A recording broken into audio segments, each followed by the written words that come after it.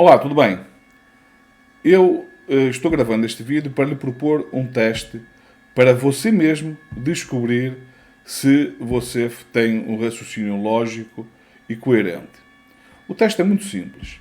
Eu vou lhe fazer uma primeira pergunta e depois vou fazer uma pausa de 5 segundos para você ter tempo de pausar o vídeo e responder a essa pergunta.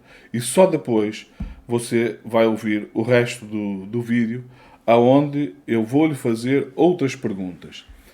Em função da sua resposta nessas segundas perguntas, e tendo em conta aquilo que você respondeu em relação à primeira, você mesmo vai descobrir se o seu raciocínio obedece a uma lógica ou não faz nenhum sentido e que você tem que rever a sua forma de pensar. Vamos então à pergunta. A pergunta é o seguinte: o Lula tem falado nos debates, na sua campanha, que o seu objetivo é que pobre possa comer picanha todas as semanas com uma cervejinha. O que é que você acha dessa afirmação? Você acha que é possível tomar medidas que permitam ao pobre ter um nível de vida suficiente para ele ter acesso a uma boa carne, uma vez por semana pelo menos, e ter a possibilidade de fazer uma pequena encontro com os amigos, comendo uma carne, fazendo um churrasco, comendo uma carne, bebendo uma cerveja? Agora eu vou pausar o vídeo, você vai responder essa pergunta e você pause o vídeo, responda a pergunta e depois voltamos aqui para outras perguntas que eu vou fazer. Muito bem, já pausou o vídeo?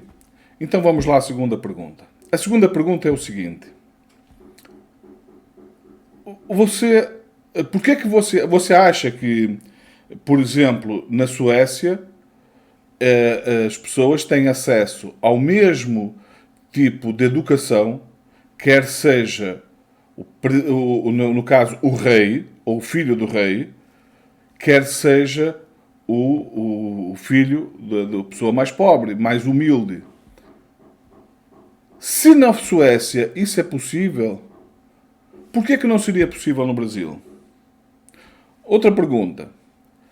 Nos países do norte da Europa, de um modo geral, não só nos países nórdicos, o acesso à saúde é garantido a todos, com a mesma qualidade, quer seja o filho de um juiz, quer seja o filho de um político, quer seja o filho do operário. Eu pergunto, por que é que no Brasil não pode ser igual? Por que é que o pobre no Brasil não deveria ter direito a um cuidado de saúde tão bom quanto a mais rica pessoa do Brasil, sendo que em muitos países isso se faz, sendo que são países que estão longe de ter os recursos que o Brasil tem? Finalmente, se você acha que não é possível o pobre ter acesso a comer a sua picanha, fazer o seu churrasco e beber a sua cerveja todas as semanas, eu lhe pergunto, e porquê é que isso é possível na Europa e em tantos outros países, sendo que nesses países não se produz nem de longe a quantidade de proteína animal que o Brasil produz? O Brasil é o único país do mundo que tem mais gado que pessoas. O Brasil é o maior produtor de frango e um dos maiores produtores de carne bovina, carne suína, de carne bovina é o maior produtor do mundo. Então eu pergunto, se nesses países onde boa parte desses produtos tem que ser importado, o pobre consegue comer, se quiser, até carne, até todos os dias carne, por que que no Brasil não há de ser possível? Agora, compare as respostas que você deu a essas perguntas com aquilo que você respondeu na primeira. E veja se é coerente. Veja se existe algum motivo para o Brasil não ser simultaneamente a maior economia do mundo. Nenhum país no mundo tem o potencial do Brasil de se tornar a maior economia do mundo, e eu digo isso sem nenhuma dúvida, por uma questão muito simples. Eu vou-lhe demonstrar que o Brasil é o maior país do mundo. Você diz, não, isso está doido, o maior país do mundo é a Rússia, o Brasil é o quinto maior país do mundo. Mas eu vou-lhe mostrar que, de um outro ponto de vista, nós podemos sim considerar o Brasil o maior país do mundo. E porquê?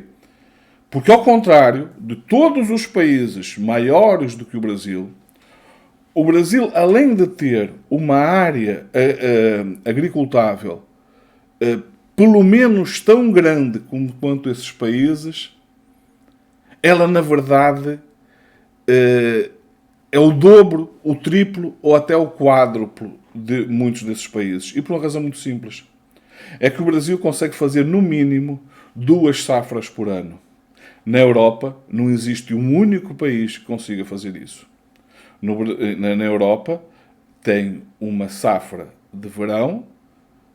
Muitos países só têm safra de verão, porque o inverno é muito frio, os campos estão totalmente gelados, não é possível cultivar-se nada. E naqueles países em que é possível fazer uma safra de inverno, essa safra é muito menor e são tipos de culturas normalmente muito mais voltada, por exemplo, para a alimentação animal, porque mesmo nas regiões mais quentes, o inverno é suficientemente rigoroso para que não se possa, por exemplo, fazer uma segunda safra de milho. Portanto, nesse ponto de vista, o Brasil tem um potencial muito maior do que aquele que normalmente se fala. O Brasil tem um potencial, se formos fazer a relação do Brasil em relação à área arável em relação ao resto do mundo, vai-se descobrir que o Brasil, se não está em primeiro lugar, está entre os países com maior área arável do mundo. Mas se tivermos em conta que em todo o território nacional é possível se produzir 2, 3 e até mais safras, há culturas, por exemplo, no Brasil, como é o caso da vinha, que na Europa é impensável uma coisa dessas, é possível produzir vinho, por exemplo, todo o ano. No Vale do São Francisco, para se controlar as vindimas, são feitas podas de forma que se consegue fazer a vindima e produzir vinho todas as semanas ou de 15 em 15 dias, por exemplo. Na Europa isso é impensável. Só se consegue vindimar, só se consegue produzir vinho uma vez por ano. Estão a ver a enorme diferença, o enorme potencial que isto tem. Então, tire as suas próprias conclusões. E a próxima vez, quando você ouvir uma afirmação qualquer, em vez de concordar ou discordar imediatamente dela, tenta ir um pouco mais longe. Tenta pôr essas questões na prática. Se fizer isso na prática, quais são as consequências? O que é que poderia gerar?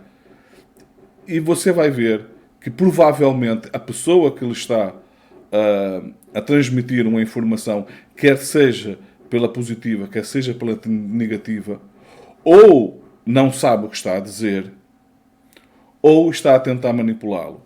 E a melhor forma de você não se deixar manipular é você questionar sempre. E é assim que eu entendo, inclusivamente, que se deve funcionar nas escolas. As escolas têm que mudar esse sistema de decoreba.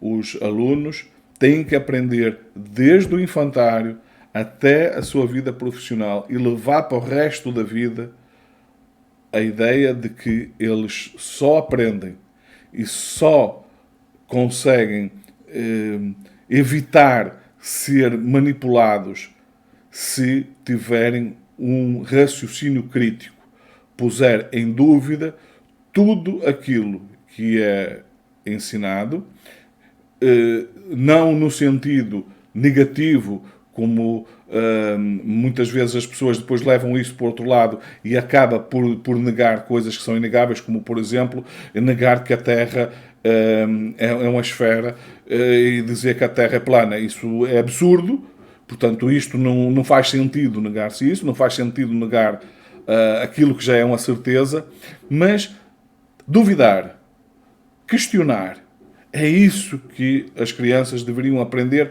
desde o infantário, além, claro, de conceitos de civilidade, como do respeito pelo outro, independentemente da cor, da condição social, da preferência sexual. Isto deve ser ensinado desde os primeiros anos de vida e deve ser uma coisa que a pessoa deve levar para a vida toda. Só assim faremos do mundo um lugar melhor para se viver. Fiquem bem, vemos no próximo vídeo.